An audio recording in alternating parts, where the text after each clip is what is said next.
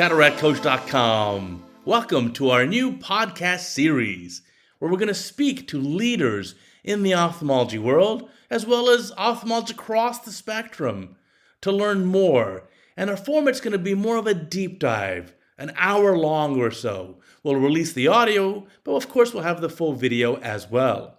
Our first guest is Dr. Bob Osher, one of my absolute idols in the ophthalmology world. I've learned so much from him, as all of you have, I'm sure. And wait till you hear about his journey, his process in life, how many things he invented, things that you use every day were ideas of his, and how it was not an easy path. How initially we have this thing in ophthalmology where the innovators are sometimes ostracized and then only later accepted and then honored. I had a fantastic time in this interview, and I think you'll really enjoy it and learn so much. So I want to welcome Bob Osher to our Cataract Coach as the inaugural podcast interview. And as I call him, Bob is the Godfather of ophthalmic surgical video and my number one mentor in my entire career. I've learned so much from him. So welcome, Bob. We're going to have a fantastic podcast, and I have so much to talk to you about. Thank you, Uday. It's a real honor to be here, and I'm going to mention to your viewers that we've tried this once before, and after a lovely interview, we realized I had not pressed the button for the sound, so I'm going to try to do a little better this time. So but I'm all yours. That's all about the tenacity. One thing I definitely want to talk about in our interview today is a little bit about this book that you wrote, which I think is fantastic, What I Say. And the second one is the ABCs. We definitely want to talk about these. But I just want to tell you that when I was a resident in the late 1990s, I stumbled across a VHS tape, which for the young people is this plastic box that has a magnetic tape that has like low definition video. And I was blown away because I, at that point, realized, like, number one, I'm not doing retina anymore. There's no chance. I'm doing cataract surgery because I love cataract surgery. And number two, I realized that that's the way you learn. There's only so much I can pick up from listening to a lecture if there's no video or reading a technique in a book.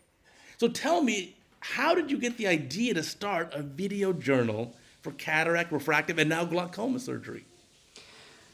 I finished my residency at Bascom Palmer and then completed 3 additional fellowships at Bascom Palmer and at Wills, and I still felt incredibly insecure. I would still be training if my wife hadn't told me that I had to go out and get a job. So I went back to Cincinnati to join my father, who was a cataract surgeon in a very small little practice. And my dad objected to my getting on a plane every week to go watch a cataract surgeon somewhere. I would fly to the West Coast and watch Bob Sinsky and Dick Kratz. I would fly to South and watch Norm Jaffe and Henry Clayman. And I would go East and watch the man himself, Charlie Kellman. I'd go to the Midwest, watch Jimmy Little, and I really wound up spending a lot of money and a lot of time trying to pick up a pearl here and there.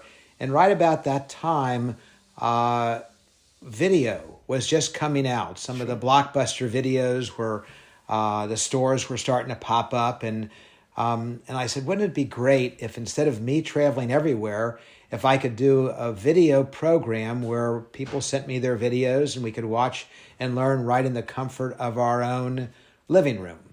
So the video journal began actually in 1983. I didn't get the first issue out until 85. And like you said, it was on very large VHS tape.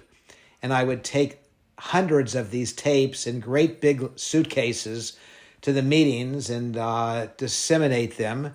And of course, we've all seen this massive transition of technology. It's evolved so magnificently over the years. And fortunately, I don't have to do that anymore, pay all those luggage fees. And I think that video has really stood the test of time. Clearly, it's much easier to learn watching a video than it is Sure. by listening to a surgeon at a podium or reading something in a textbook. I still enjoy teaching from a podium and writing in a textbook, but there's no question that video is a much more effective way to learn. And you've evolved through the years, started with VHS and then actually Betamax and 3/4 inch tape, then to DVDs and now to online digital streaming at any point. And you reach basically every ophthalmologist on the planet. Yeah, we're a free member benefit of every cataract society in the world. And the videotapes did produce a lot of interesting situations. I can remember being invited to speak in Lima, Peru. And I took down literally a chest of videos, and I got there, and they didn't have a 3/4 inch player in the entire country. So it's a heck of a lot easier to do now, but I think that we're very fortunate, Uday. We've seen not only a technology explosion in video, but we've also seen that in the operating room with all of our phaco equipment and our intraocular lenses. And I'm so glad I chose ophthalmology for many, many reasons, but I don't think there would be that same explosion of technology had I chosen, for example, proctology.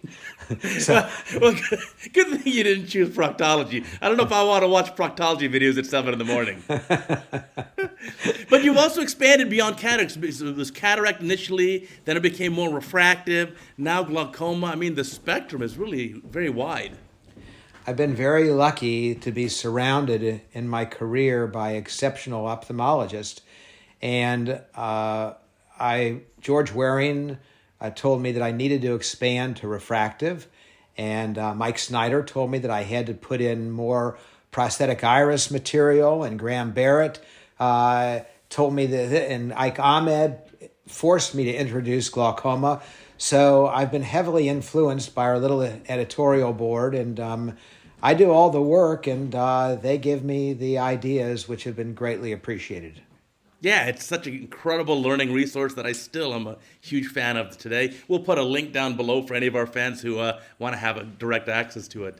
I also want to talk about a lot of your innovations. You have innovated countless things in our field, and things that at the time were very controversial, but now are like the norm, such as treating astigmatism at the time of cataract surgery.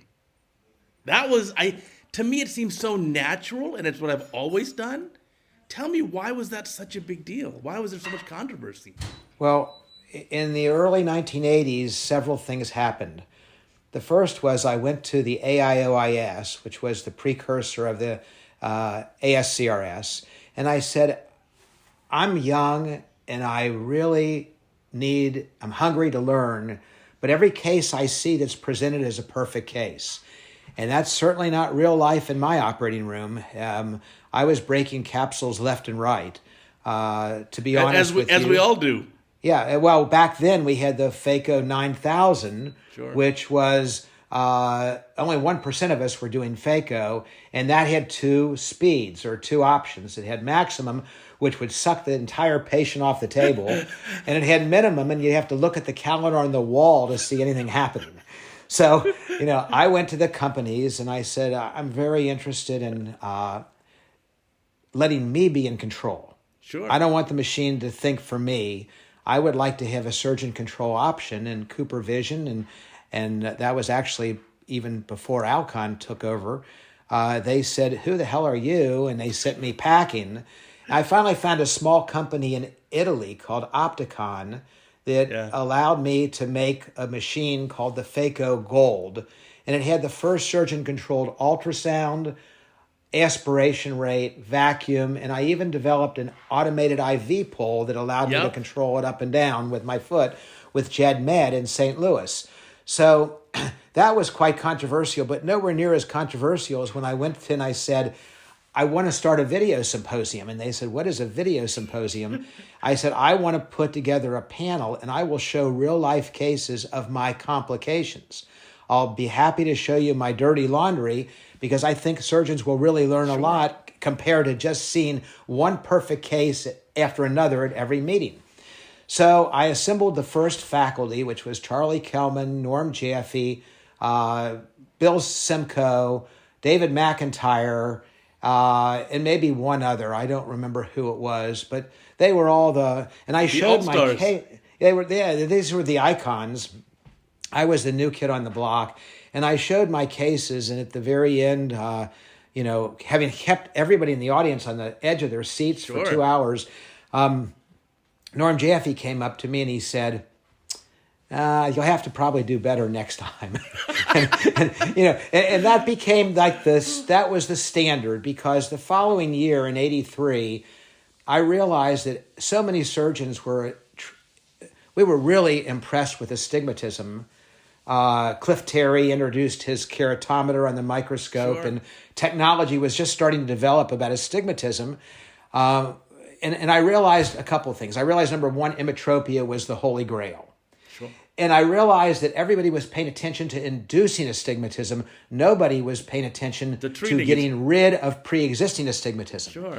And I just happened to be involved with the Keratorefractive Society at that time, learning about radial keratotomy, which my chief at Bascom Palmer, Ed Norton, told me that when I left to learn in the first few cases that were being done in the United States, I went to watch on my own vacation time. He told me that if I continue, I would be expelled as a resident. That's how malignant everyone was about refractive surgery at that time. They don't want you to don't ever touch the cornea, was the saying, right? Well, wait till you hear the rest of the story. I went ahead in 1983 to the Cataract Congress in Houston, and I showed 70 cases of pre-existing astigmatism where I had put relaxing incisions, which I called astigmatic keratotomy, on the cornea. And I showed how the vast majority of this group was able to achieve uncorrected 20/40 vision or better. And at that time, nobody said uncorrected. It was all about kicking a cataract out with Nike cleats, and then 6 weeks later measuring the eye, corrected vision, and if you were 20/40 or better, you were a hero. I said, that's no good. One of the most controversial papers I wrote was on uncorrected vision in 1986. And I was very, very much criticized for that paper about the importance of early uncorrected vision. But getting back to astigmatic keratotomy, I showed this patient, and they used to have at the Cataract Congress like this game Hollywood Squares, where they had 9 very powerful icons sitting up, and then they would constructively criticize your presentation. Well, at the end of my presentation, I waited for applause, and there wasn't a single clap in the house. Oh, wow. This was 1,000 people in the Welsh Cataract Congress in Houston. So then, after a few moments of sweat starting to pop up on my forehead, I can only imagine. Again, my mentor at Bascom Palmer, Norm Jaffe, said, I'm ashamed that you were a resident at Bascom Palmer. I can't believe that you're doing this stuff. And then Jan Wurst, who was the icon in Europe, he stood up, he says, young Osher, we have cut virtually every tissue on the body except the cornea, and now you're mutilating that. and it actually went downhill from there. Oh, boy. So I can remember the next presentation I made was in San Diego. And there was a bus that I took back to my hotel. And I got to tell you, I hate to admit this, but I was so criticized because at that meeting, I also talked about clear lensectomy for high hyperopia. Which we do all the time now. And that was just absolutely that was punishable by death. And I was in the back of this bus, a city bus, going back to my hotel, and I was weeping. I said, I'll never be able to be accepted by my peers, no matter how much I want to contribute. I'm the Uriah Heep. I'm being ostracized at a very young age. And I felt an arm come around me, and this was the first of 2 arms in my career. This was from Spencer Thornton. And he said, whatever you did today shocked everybody, and please don't give up. He says, my name is Spence Thornton, and I'm very interested in refractive surgery, and what you did today has influenced me. And I'm probably the senior refractive surgeon in this society. Sure. And that was one time. And then the next time was when I was in Brazil a few months later. It was one of my first international trips. And I had a real wonderful opportunity to talk about clear lensectomy for high hyperopia, astigmatic keratotomy for pre-existing astigmatism, surgeon-controlled phaco. And then I showed how if you tear the posterior capsule, you can still put a posterior chamber lens in, which no one had ever done.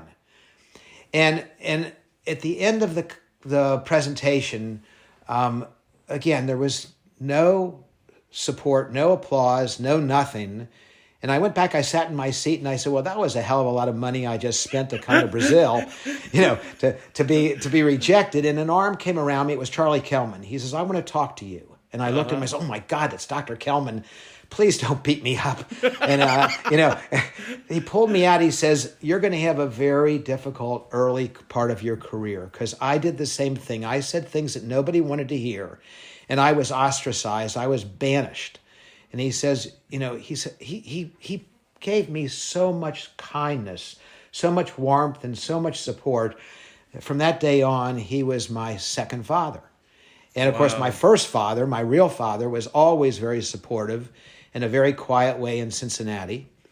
And in fact, when I told my dad I wanted to develop the Cincinnati Eye Institute, which was he and me, and I said, I have a vision of having our own surgery center where we are no longer under the control of the hospital, and we can bring in fellowship-trained ophthalmologists who will be able to do one thing really well.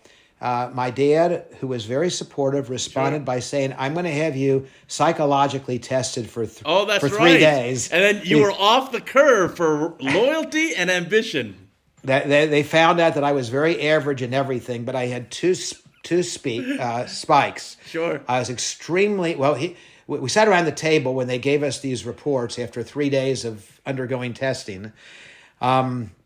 They said, you've got 2 spikes. The first is ambition. He says, we've only tested one other person who's as ambitious as you. Wow. And that was Dr. Jonathan Tu, who at that time was the president of the American Academy of Neurosurgery. And of course, by that time, we had hired a couple of other ophthalmologists who were my colleagues. And they all were sweating bullets when they heard that. But then they said, your second spike we've never had with the first one, and that's loyalty. Sure. And they looked at my partners. They said, this guy's going to protect you and have your back for the rest of your career. So they agreed to let me become the first medical director of Cincinnati Eye Institute. I went on to hire about 50 fellowship-trained ophthalmologists. We became the largest eye institute in the United States. Sure. And the entire time, we believed in high-quality care. We believed in doing the best for the patient, and that was always my dad's philosophy, was treat the patient like family. Of course. And that's exactly what we did, and that's why we grew like crazy.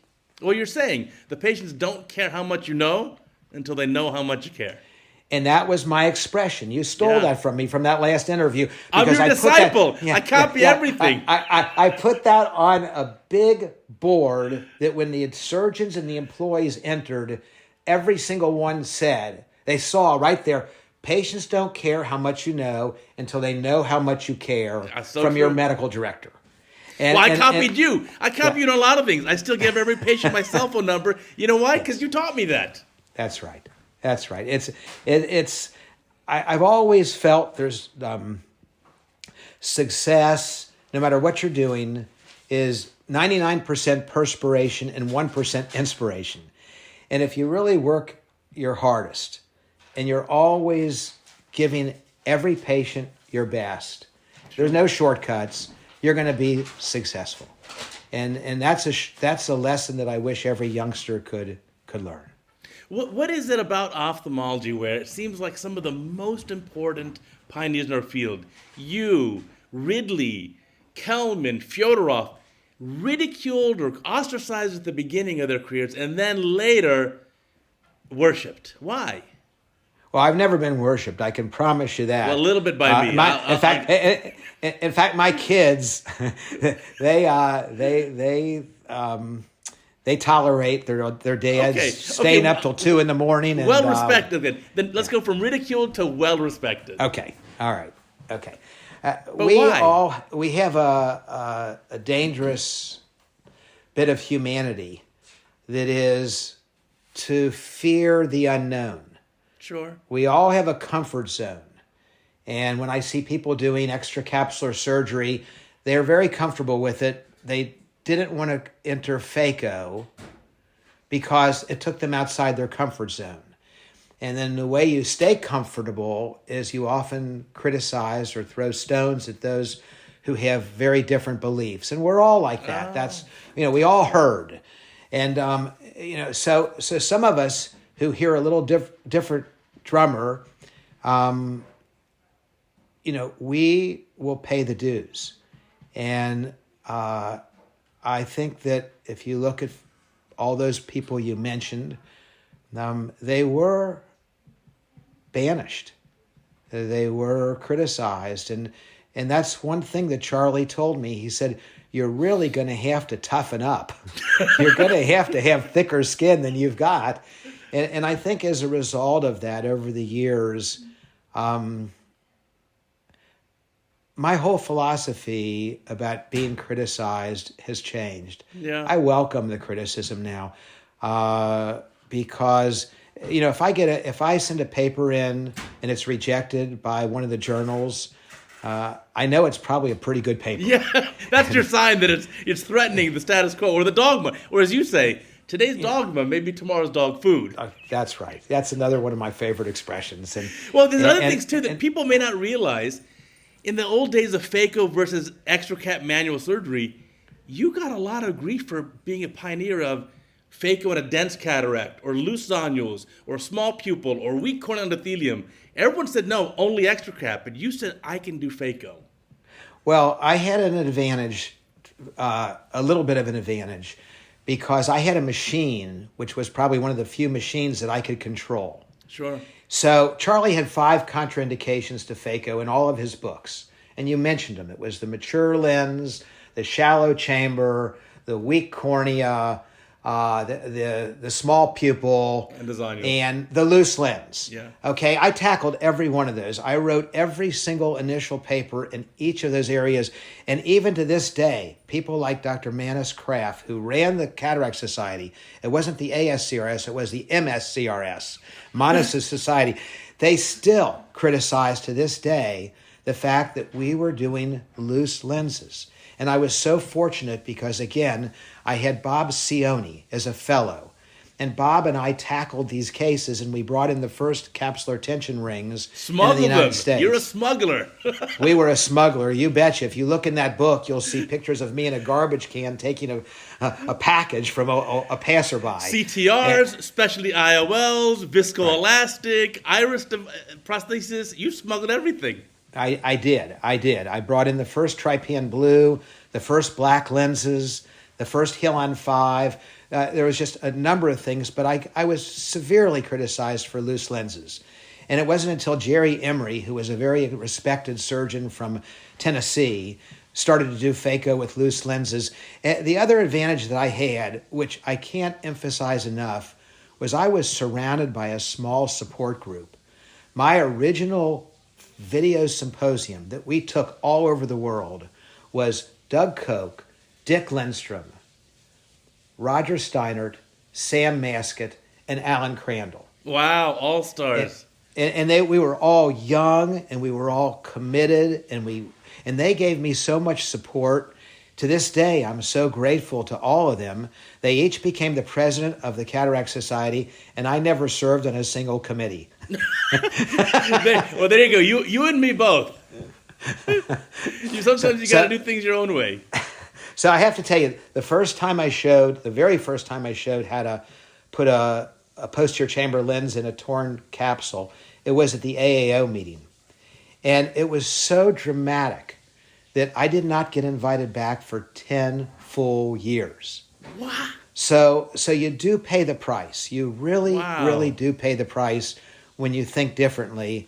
And I interviewed Harold Ridley, and he said to me, it's a very early issue of the Video Journal, I'm so glad I lived long enough to see things come full circle. Sure. And because when you're hated, no matter how tough your skin is, it's not a good feeling.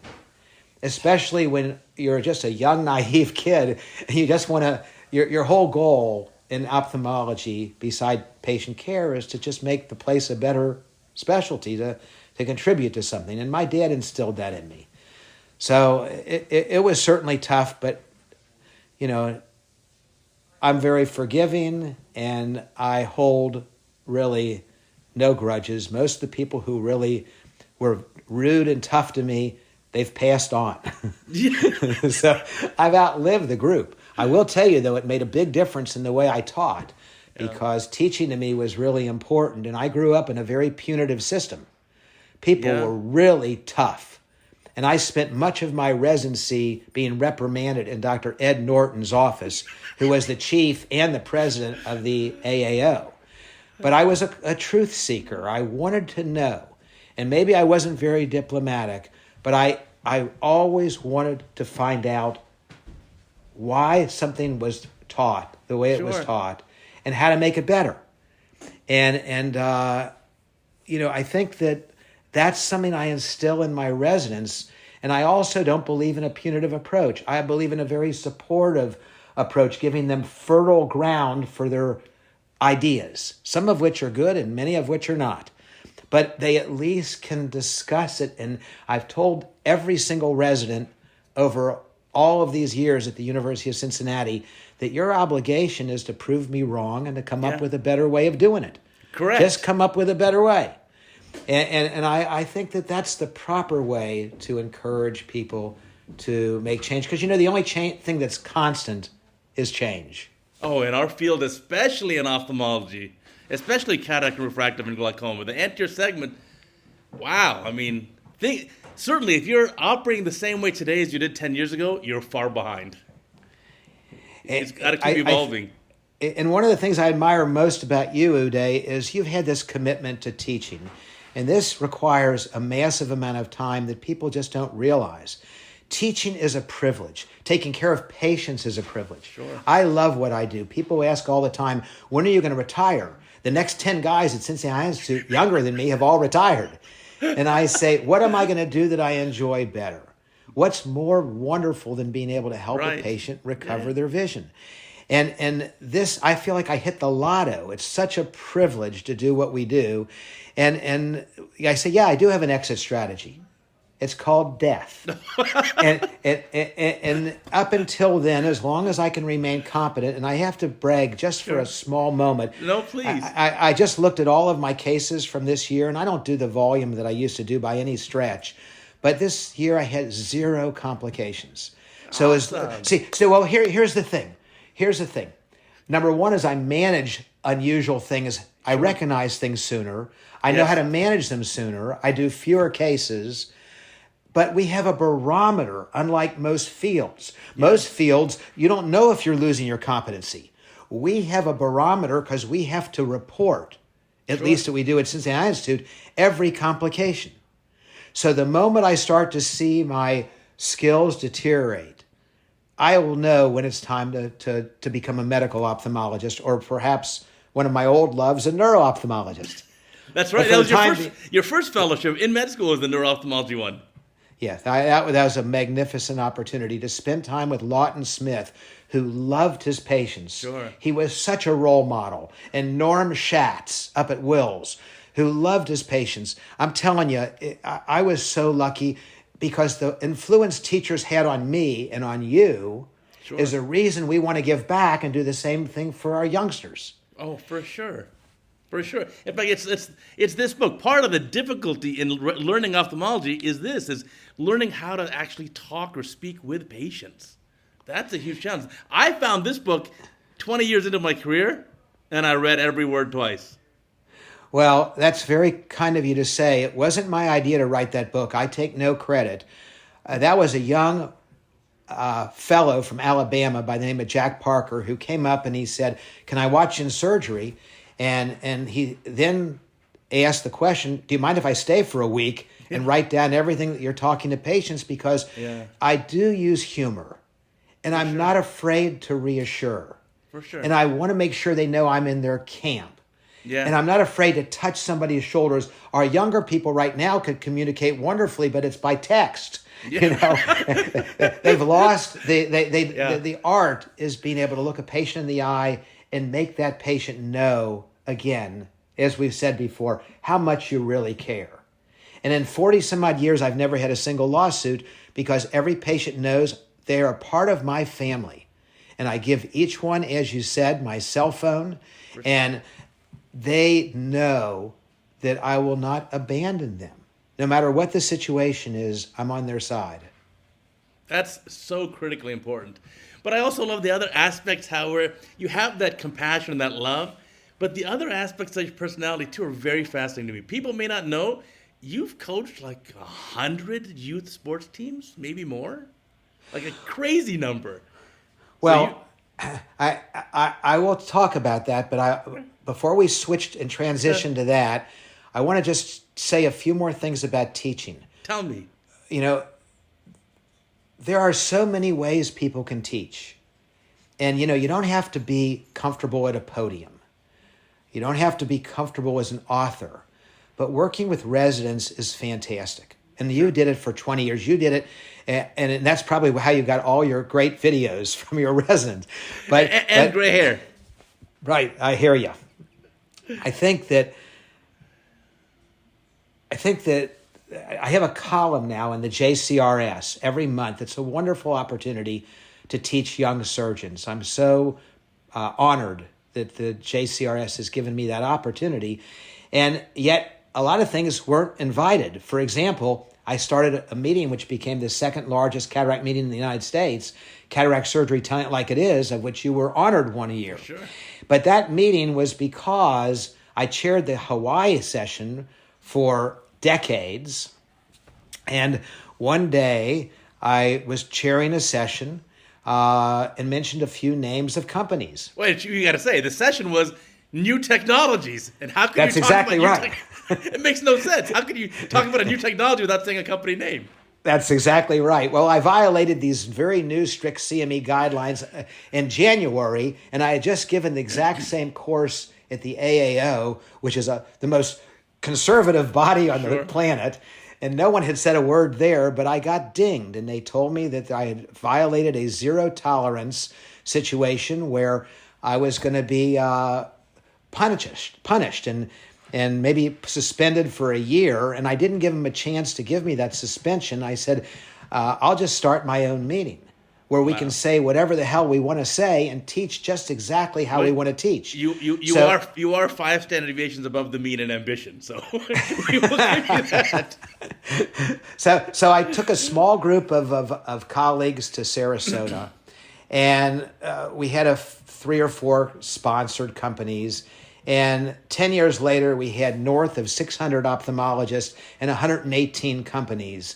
And then I realized this was way, way, way too much for me. It's a lot of work. I was tired of picking out the desserts and hiring the security people. And then I would get an urgent call in the middle of the night. You know, what do we do? The Zeiss microscope is stuck in the freight elevator.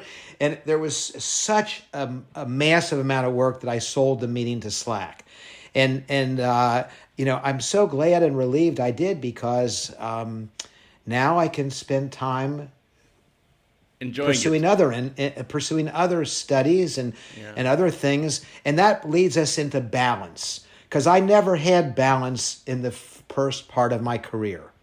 I realized I had the passion, and I had the ability to imagine, and I had the ability to prioritize and to discipline myself.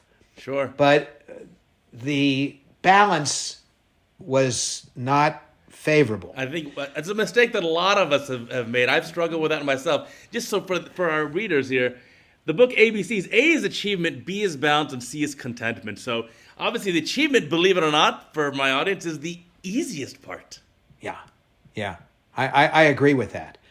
Although putting a film festival winner together, it only takes a million hours. Yeah, people don't realize how long a video takes. No, an 8-minute video can take me seriously months. Yeah, and I cannot tell you, the video journal, I have to watch every single video from ESCRS, every single video from ASCRS, from Australia, from Brazil. It's a massive That's got to be amount hundreds, of work. coming out of at least hundreds of videos. Oh, every year.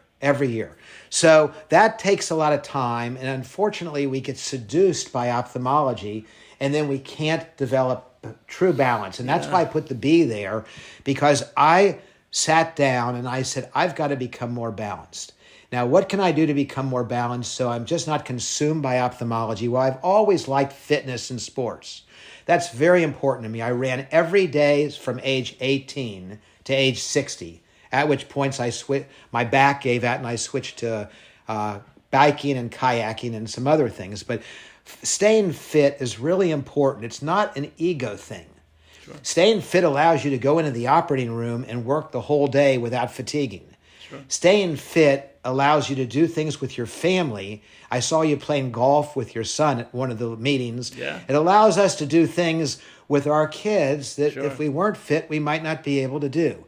So fitness to me has been incredibly important. You mentioned coaching. I've coached 70 some odd teams. I'm still coaching. One of the local high schools called me a few months ago. They said, we can't find a qualified coach. You're like, say no more. I'll show up. I said, I'm in. It happened to be one of my granddaughter's teams, so it was a slam dunk. But I've taken teams to the national championships in AAU at Disney World. I have a Final Four with boys. I have a Final Four with girls. That's amazing. And I have Major League Baseball players like Kevin Youkilis that I taught how to play baseball for 7 years. They were on my teams. And that's very, very satisfying as working with young people, whether it's residents in ophthalmology or whether it's young athletes. It's been a great part of my career and allowed me to get much closer to my kids, which was really the selfish part in this for me. I think writing children's stories. I used to tell the kids and the grandkids stories, and suddenly I decided, maybe I'll try to publish them. So I now have about 20 published children's stories, and every penny from those goes to wonderful children's charities in town. So I think that adventure, I used to go to a meeting, I'd fly to Australia, give a presentation, turn around, fly right back. I put 100,000 miles a year every year. Wow. Argentina, fly back the next day. But then it hit me. To achieve balance, that's not very good. Correct. It does help you if you want to develop a deep vein thrombosis in each leg. But if you want to develop balance, then so it was fantastic. I changed completely. I started involving my kids and taking them with me on every lecture. And so we've trekked through the Amazon. We've in Brazil, in Australia, we've gone diving through the Barrier Reef. I've climbed Mount Rainier after a lecture in Washington with one of my kids. I've gone to Africa and after speaking in Cape Town, and the magnificent safaris and whitewater rafting after speaking to the Canadian Society with two of my boys. So by incorporating these things, it draws me closer to my family. Now, my kids may not recognize that, but it was all part of the master plan. And I think that balance is something that I'm still pursuing. I have 12 grandchildren, and every single weekend, they are my top priority. Oh, great. And COVID's been tough. We've had a difficult time taking them to movies and museums and gyms and everything else. But it's very important to me to spend that time with the grandkids, and that's all part of the master plan for the B in balance. That makes so much sense. It's just, I struggle with the same thing where I didn't spend enough time with my kids. I did what you were saying. Fly into an international meeting, do your talk, and 12 hours later you fly back out. Probably spending more time on the airplane than you did on the ground at the host country. Right. But now I've changed my gears as well. I've changed it so that now I go to a meeting and I already incorporate either time to bring family or friends or loved ones, and also time to actually sightsee and enjoy, or as you say, have some adventures. And I've built some amazing memories. One of my favorite of all, you were mentioning South Africa. I used to go with Spence Thornton. I went a couple of times with Spence. I know. I had an amazing time with him. And then there's another story in your book that really rung a bell with me, which is maybe 10, 12 years ago, Spence tried to get me as one of the members for the IIIC, the International Intraocular Implant Club. and it was shut down for whatever reason. And he says, Uday, I'm very sorry. I tried my best. I tried to get my friends to help me with this. And what ended up happening was basically like your story. You actually resigned from the IIIC. I did. They turned down a very deserving cataract surgeon in the United States who has received the Innovators Award and a number of other accolades, but because he had a personality that incited controversy, he was blackballed, and that was more than I could handle. Sure. And I said, either you have a society that is set up to reward merit, correct, and you allow all deserving individuals in on that criteria alone, that they're deserving, or if you want to play, I don't particularly like the clothes he wears or the way he laughs or who he hangs out with, then I don't want to be a part of that society. So I was the first one to literally walk away from the society. And I'm sorry, because many of my friends were there, and many of my heroes were there when I first was invited to join, but I can't be a member of a society with that type of hypocrisy. You're true to yourself, which is to thine own self be true, right? That was one of a number of things that I've done in my career where I'm not so sure that they were the smartest thing to do, but they felt right. And a lot of times, you just got to do what's right. I did one of my favorite videos that I ever produced was called FDA or DWR. And it was, do you pay attention to what the FDA says? Or do you do what's right? Or do you do what's right? And that was a really wonderful video. And at the very end, I reveal what FDA stands for. For the first time, people knew that FDA means for development abroad. But luckily, you became very good at smuggling, and so I did. So no, that's just fantastic. That's amazing. Lifelong friends in ophthalmology is a very important topic that you touched on earlier, and sometimes it's taken me 20 years to figure out that the people that I keep seeing at these meetings have become way more than just colleagues and associates. They've become very dear friends, and they really add to the beauty of the journey that we're doing in ophthalmology. I don't have a lot of friends, Uday. I'm a kind of a reclusive personality. It might surprise you, but I'm very comfortable alone.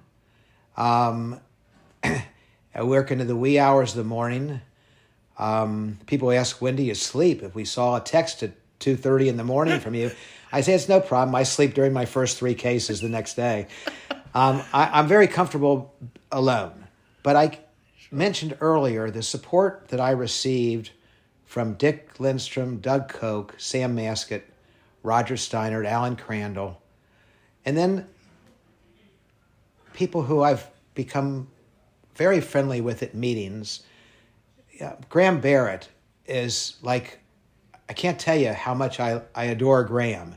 And when I go to meetings and I see Abe Vasavada or Richard Packard or Lucio Barato from Italy, I mean, you're absolutely right. These people I really enjoy.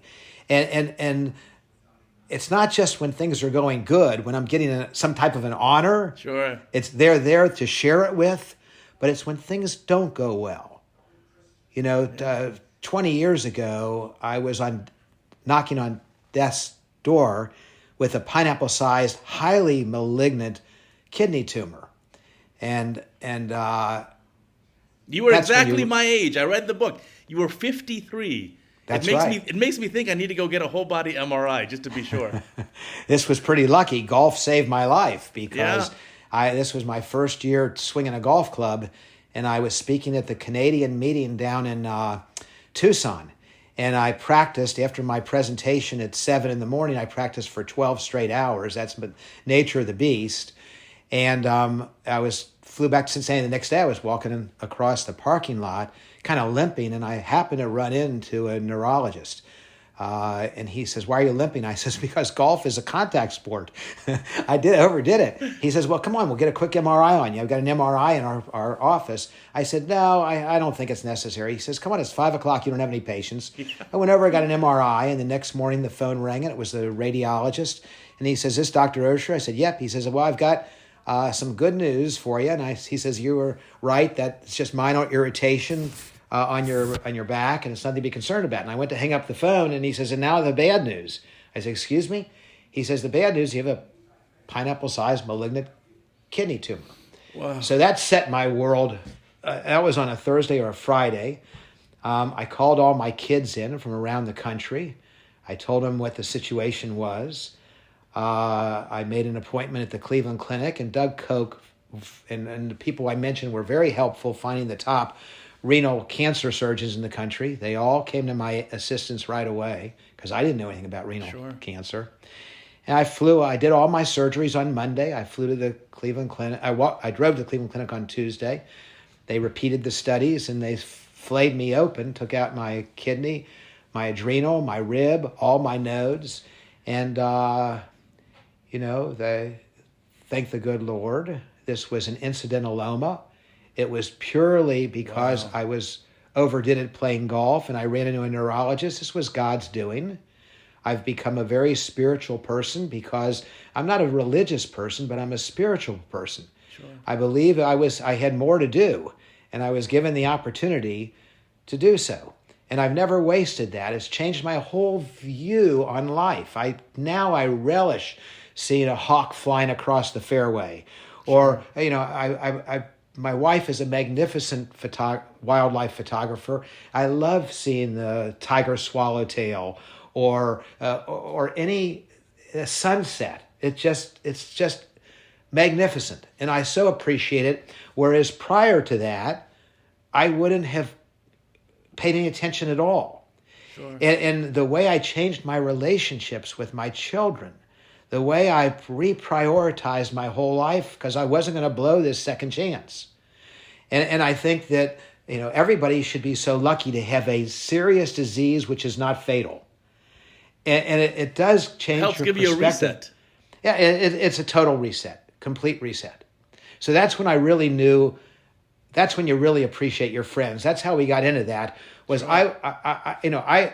The tumor had gone into the capsule, but not through the capsule. I was maybe a day or two away. Wow. From inevitable death with no treatment. So I always will appreciate how my friends got me in right away and found the best places. And I do treasure those friendships. Yeah, that's one of those things you just can't predict. It. I think certainly for me, after turning 50, you realize that I'm already playing on the back nine of the golf course of life. That's here. Right. Yeah, I always say the catabolic side of the curve. That's true. Same thing. Yeah, and then I look to find the last part, the C, contentment. And that, to me, has been probably the most difficult. I think I'm my own toughest critic. I think I'm too hard on myself. And I don't think I allow myself to find enough contentment. That's something that I really struggle with. The C, contentment, is definitely the most elusive. The A is easy. You roll up your sleeves, you work your butt off, and the A comes. The B is premeditated. It requires prioritization and discipline. Sure. Man, the C is elusive. Yeah. And I've hit the C. I know what contentment feels like. It's wonderful. It's wonderful. What pearls can you get from me to find my own contentment? Well, it's no single thing.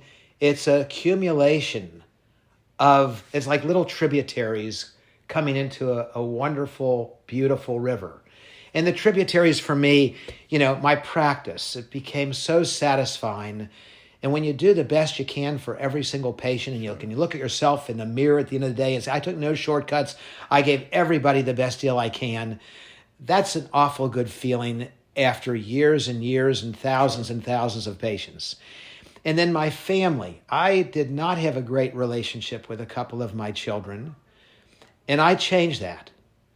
I've got 5 incredible kids.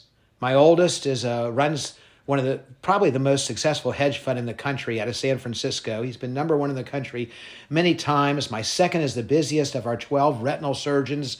My third is bought all these places in 2008 when the market went down, and he borrowed all this money, and now he is an extremely successful real estate guy. My oldest daughter is a nurse, a beautiful nurse, and she works at Cincinnati Eye Institute. So really, I'm now the third most popular Osher at Cincinnati Eye Institute, beside my son and daughter. And then my fifth is a wonderful guidance counselor in D.C. And I think that you're only as happy as your most unhappy kid. Oh, wow. And if you have, I redid my relationships. And I told him how much I loved him. And I told him that I made mistakes. Even in that book, it says, I have made mistakes with my family that I regret so deeply. But I think that, we have a chance in life. You can't procrastinate because you never know what the next day holds. But while you've got a chance, it's really critical that you do tell those people in your family that you love them. Yeah. And I think that gave a great sense of contentment. I think I also was very lucky because not everyone gets the opportunity to find a soulmate. And my Debbie Osborne is my soulmate. And it doesn't matter what we're doing together. If we're together, here I am over the Christmas holidays up in freezing Connecticut. We were supposed to be enjoying a lovely golf and fishing and biking and everything down in Florida, but we had a terrible storm in the United States and Delta canceled my flight. But I'm still happy as long as I'm with my Debbie. And I think that I hate to use a cliche, but she really completes me and allows me to feel that contentment. I think that we've talked about friends. We haven't talked about philanthropy. And I think it's really important that everybody has certain things that they can support and give back. My son my oldest boy does the Navy SEALs, and he runs their charitable events.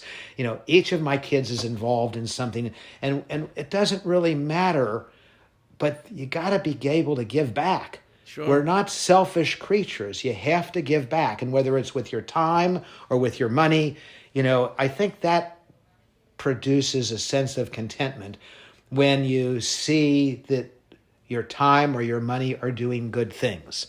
When we're young, we have more time than money, and when we're older, we have more money than time. Sure. And we can do good things with that. And I think that in my situation, my mental contentment is that I'm still investigating. I'm still doing projects with the residents. I just did a textbook with Jorge Alio and Burkhart Dick, which is a huge textbook, which is just released in Europe. I'm involved in so many wonderful projects that I love. I'm putting together this video for the film festival. I've got my next column of the JCRS due next week. The next issue of the Video Journal is due in the end of January, and then the meeting is cataract surgery is telling it like it is. It's in February. There's all kinds of mental things that I still really enjoy. But I have to now let the cat out of the bag. Because of balance, I love competitive golf. Yeah. I love it. I love it. I took it up. I read 25 books my first year. At the end of my first year, I was written up in Golf Digest and added to the list of single handicap golfers in the United States. There's that ambition again.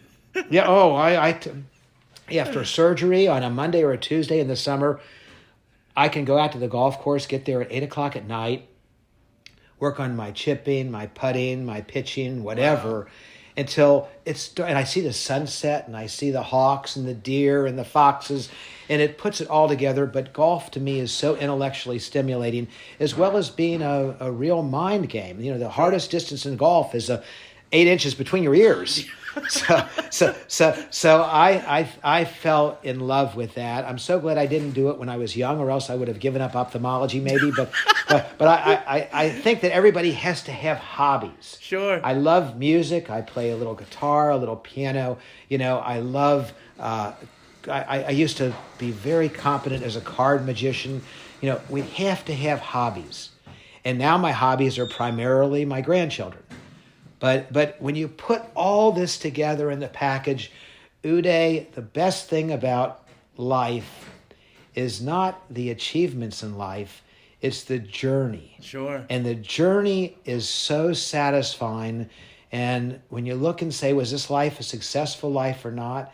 I think if you lived it to the fullest and you tried to squeeze every little thing you could out of it and you did the best you could, that's where contentment comes from. And I'm so, so fortunate to feel that. Oh, that is beautiful. Well, I'm going to continue to follow you as one of your disciples. I'm still enjoying your journey in teaching the world how to do ophthalmic surgery. And hopefully I will continue with my own long journey in the ophthalmology world. Uday, you've been a pleasure, not just on this interview, but watching your cataract coaching and your lecturing. You've contributed so much. Your residents are so lucky. Rumor has it that you won Best Teacher 5 years in a row. I did, which I have not done. Behind me. So yeah,